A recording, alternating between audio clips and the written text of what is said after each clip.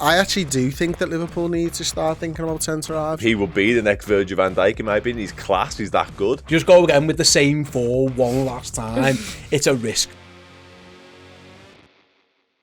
Got a bit of hot transfer talk on it. Oh, hello. I'll come to you first then, Chris. You've just... Can you pronounce every letter in his name for me? Josko Gvardiol. Perfect. Josko? Yeah. Gvardiol. I think it's right, yeah. Love it. There we go. So Liverpool are in the running to sign RB Leipzig centre-back Josko Gvardiol this summer. Gvardiol is seen as an ideal partner for Virgil van Dijk, and Jurgen Klopp is pushing the Liverpool board to invest heavily. That's from Pete O'Rourke, who is the transfer correspondent for Footy Insider. Footy Insider have gone big recently. Some major investment into Footy Insider, and they're getting all the stories out there, as many as they can. I'll start with you then, Chris. That it would be a big old price, but we've spoken before about Liverpool. What are we talking about here? You're looking 80 odd. 70 at least. There was talk that they want to make him the most expensive transfer in terms of centre-backs of all time. It's currently for Fana, I think, he's in that mix. But we've had conversations privately and on air as well, mate, about like centre-half and what needs to be done there. In an age where we know they're in for midfielders and they've got a lot of money to spend on midfielders, do you think they have to go big on a centre-back as well? And do you think they need to? Do you know what? This all baffles me, to be honest with you, because I'm thinking to myself, well, if Liverpool aren't in for Jude Bellingham because they don't want to get involved in like a thing, is 80 million in your arse pocket for a centre-back part of this? Because we've got Konate there and he's really good, and I actually do think that Liverpool need to start thinking about centre-halves and stuff, because it looks likely that Matip might be moved on in the summer. I'm hearing 10 to 15 million quid for Joel as an out, and you know that makes sense. And he's only got a year on his contract. It's actually quite a good fee if you were to get rid of Joel Matip there, wouldn't it be? Obviously, you know, Joe Gomez, there's still question marks over what level he's going to be playing at over the next few years and stuff. And I think, you know, and I mentioned this on the Deep Dive show last Friday, for me, and I know this is not an opinion that most people will share, I don't think Virgil van Dijk's a pillar that you build around anymore. I think he's going to be 32 at the start of next season, and I do think you're going to have to start planning for post Virgil van Dijk. And I did caveat that with, he's absolutely in the team for the next years, if he wants to be in the team for the next years. But you don't build around him. I do think you've got to start thinking about a succession for Virgil van Dijk, because, you know, in the same way that Liverpool let Mane go, and, you know, I know the plan was to bring Diaz in the summer, and when Mane left, it didn't quite work out like that. I do think it's much better if you've got someone there a year or two learning the ropes from the incumbent and then can slot into it. You know, Gvardiol might be able to move to that left-hand side, or Konate might be able to move to that left-hand side. So, you know, but right now, I do think that it's a big position for Liverpool to deal with. Centre midfield, obviously we're going to need at least 2 starters, maybe even 3 starters, but centre half has to be up there on where you're putting your money. Absolutely, Chloe. And we heard reports this week as well that Nat Phillips again is going to be allowed to leave. He's been looking to leave forever, so we'll cross that bridge. Reece Williams, who got recalled earlier, obviously with the injuries and the loans, when Liverpool thought they were going to be letting Nat Phillips go, they brought Reece Williams back, and then in the end they're both here now. There's talk that he could be sold as well. It's been decided he's going, so there could be some centre half movement. It could be that you cash in on Phillips, Williams and Matip. You get a chunk of check. I mean, it won't be a lot, but between them you might get 30 million quid maybe. Don't think quite that. 25, whatever maybe, you get. yeah. And then you invest that plus X amount into another centre half, and then that's how it half starts to make sense. But like, when I hear, listen, I'm all in on transfer. When I hear rumours of like this level of defender, it's like, my God, something's going to be seriously different here. For us to go and get the midfielders we think we want, well, we know for a fact they want Jude Bellingham. There's Mason Mount, there's Nunez, now a centre half. It'd have to be the summer of something that we haven't seen forever under this ownership and this management team. No, but I feel like that needs to happen. Yeah. You need to spend in excess of 300 million, because you've got to a point now where you need at least 2 midfielders. You do need a centre half, because Matip is going to go, Nat Phillips, Reece Williams, and also the fact that Konate has had his injuries this season, and he's probably been out more than he's played. Virgil van Dijk has, you know, a yard's gone off him, to be perfectly honest. He's still unbelievable, and he can still get back to it, and they haven't had the protection from the midfield.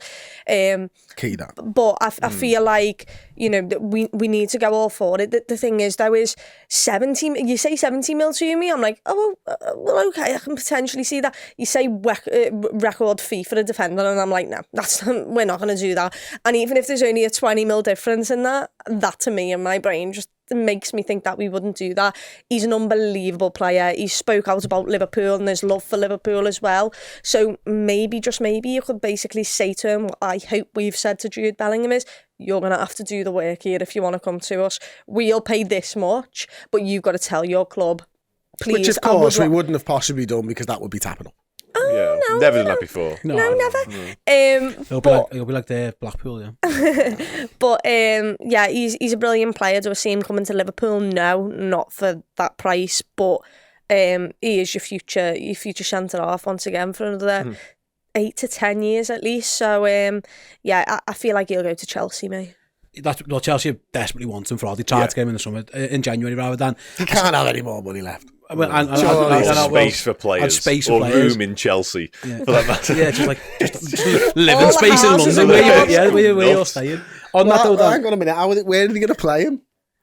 Who in place of? Because Thiago Silva ain't quitting yet. He's got at least 10 years left in him. But who's the other fella they signed in January? He's bossing. And they've got Fofana, yeah. They've got loads. They have got loads. I love Gvardiol. Like, I brought up the centre-back thing months and months ago, and I know, like, hindsight's the best form of knowledge, if you like, but a few people raised eyebrows at me, because I think at the time Matip was still okay, Konate was still fit and playing really well, but it just felt like something was coming down the line with all this, and now we're here, and I think we desperately do need to go and get one. It's a weird dynamic for me, because part of me thinks going and get Gvardiol, who I would do some really bad stuff to get to the Liverpool Football Club for, because I think he's brilliant, I think he's just superb. He will be the next Virgil van Dijk, in my opinion. He's class, he's that good, but there's also a side of me that thinks if Matip's going to go for this low price, which he probably will be, you go and sign like an Evan and Dicker from Frankfurt, who'll be free because he's like your perfect Matip replacement in that sense as well. So I'd love us to go all out and go and get Gvardiol because we really need him, but the centre-back thing isn't the priority. The midfield remains the priority. And if we've got 300 million to spend, I think all of it has to go in the midfield department. I don't think we can kind of cut costs, cut corners on that anymore. And I also, but the other point of this is that we do sell players like Matip. Kelleher's probably going to go as well. You might get 20 plus for him. I think you're getting 40 for him. Yeah, I think you're getting that much. I mean, 30 to 40, unbelievable. Hasn't played enough for that amount of money. I know, but he's class. He hasn't got the wealth of experience for that amount of money, though, unfortunately. I love him. I think he's that good a footballer. I think teams will take a risk on him. It's too much money. Did you see his save the other day? That was Bazuna, wasn't him? Oh, then why does everyone say I've seen that all over Twitter. Loads of people getting it wrong. It wasn't him. I don't think any less than 30. I do think 30 to 40. I think 30. I think he's that talented a player that he warrants a £40 million fee. I really do. I just don't think if you're a football club looking at him and going, he's played what amount of games? 30 games of football for first team at Liverpool, tops. You can't spend 40 million on that. In my opinion, you can't do it. Back to the defender situation. I think it could be a case of, 300 million in my mind, you should be able to get 2 midfielders and a defender. Like not Jude Bellingham as well, though. How much did you say? Yeah, but 300 million. Where the fuck's that coming from? Oh, I'm just saying that's how much I reckon we at least need to spend. If Bellingham's under 50 of it, though. Yeah, 120 it's 130 in pounds, innit? In sterling. And then I wouldn't want that Nunes. You're not interested stay in away Mason from Mount, my club, please. Different conversation. Mason Mount to do one, but I reckon 50 mil is probably as much as I'd go for Mason Mount. That leaves me 100 mil for a centre. And you need another makes it look so easy. See, I'm looking at Fabinho goes out the door for 30. Oh, really? Right. Oh, wow. Okay, yeah. Right. I'd be shocked, man. I'm That's looking another at problem. Kelleher goes out the door for, let's go low end of mine, 30 million. And then I'm looking at 130 on Jude Sterling, 80 on Declan, I knew it'd be 40 on his best mate, Mason. Yeah. And then we've got money for the centre half, right? So we're signing. It's easy, right? Are we signing Jude, Declan, and Mason? Yeah. It does sound like we're going to have the touriest team of all time. Some triangle out of that. Some triangle. I'm all for it, but just in general, like Tory stronghold. The centre mid is just like blue wall in the middle of the park. Jacob Rees and Mog there. Can we not worry about the centre-half situation in a year's time? No, it's coming now. This was my next point, Chloe, and I'm glad you brought it up, Chris. If Liverpool were good, that would be the exact type of thing that great teams do. They sort it before it becomes a problem.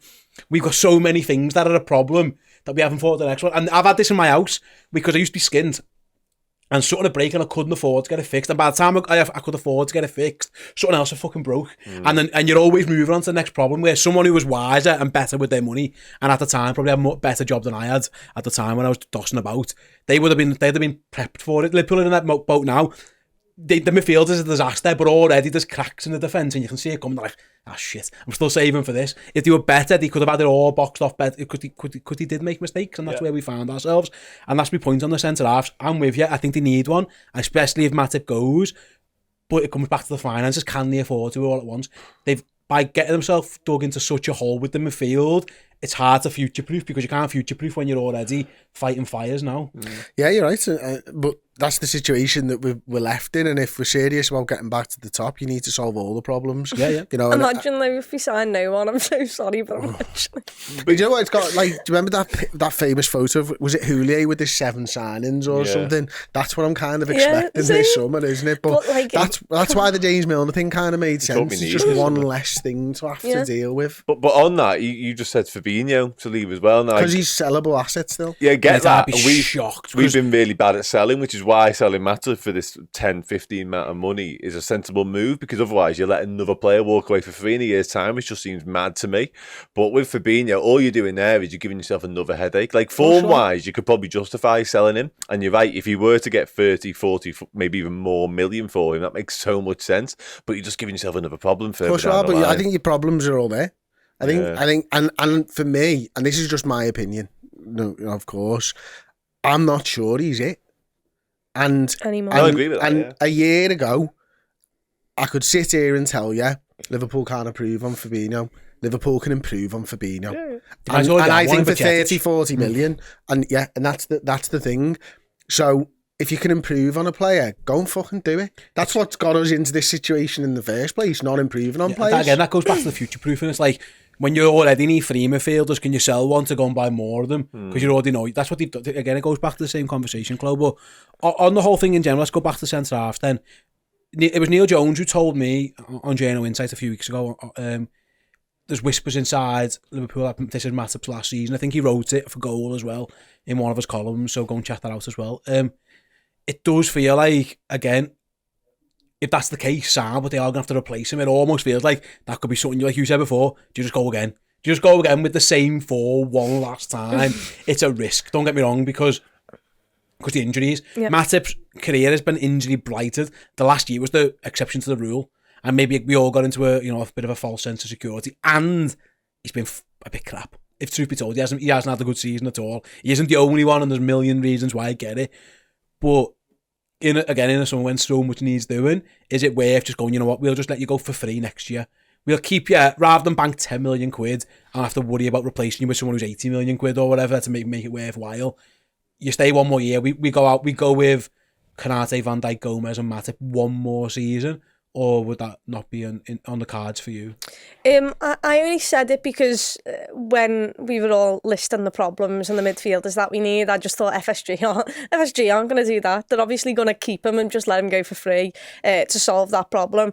What I want to know is, how much can we spend before we break rules? Like, can we go and do what Chelsea did, or was that just a loophole for them? Like, they obviously found that loophole. I'm not saying we need to spend 600 million in 2 seasons. They've done the whole give them a 7-year contract thing. Yeah, that's how you won't be able to do that anymore. That's stopping. That's a Jews. We haven't got that money to start shelling out. I think that's the bigger problem. I think they're clamping down. See, for a start, Champions League football makes a massive impact on 100 mil as well on top of that, and also the attraction that it gives. I think you've got too many problems that if you just leave it another one, you'll get into this situation again 2 years down the line. Am I right in saying that the financial fair play stuff is still done over a 3-year period? Yeah. So, for example, you could go really big in year 1 and just sell in year 2 and year 3 to get it back if you wanted. So there is wiggle room for something like that. Don't know where we are in those 3-year periods, by the way. Yeah. My thinking on that is in Joe Gomez, in Joe Matip and in Ibu Konate, you've got 1 centre-half. Yeah. Exactly. That's the fucking problem. Yeah. You've got the games of 1 centre-half. And that's a really not a good place to be in.